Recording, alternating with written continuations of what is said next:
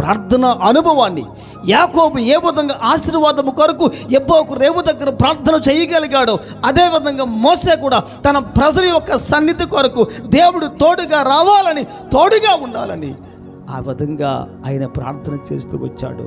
రెండో వాక్యం చూడండి, రూతు 2:4 మరొక మాట ఉంది. ఆ మాట ఏంటంటే, యెహోవా నిన్ను ఆశీర్వదించునుగాక, యెహోవా నీకు తోడై ఉండునుగాక. మొదటి మాట.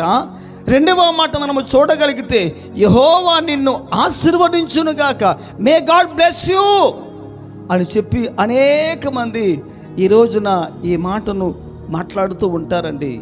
ఎప్పుడు కూడా చిన్నవారిని పెద్దవారు దీవిస్తూ ఉంటారు.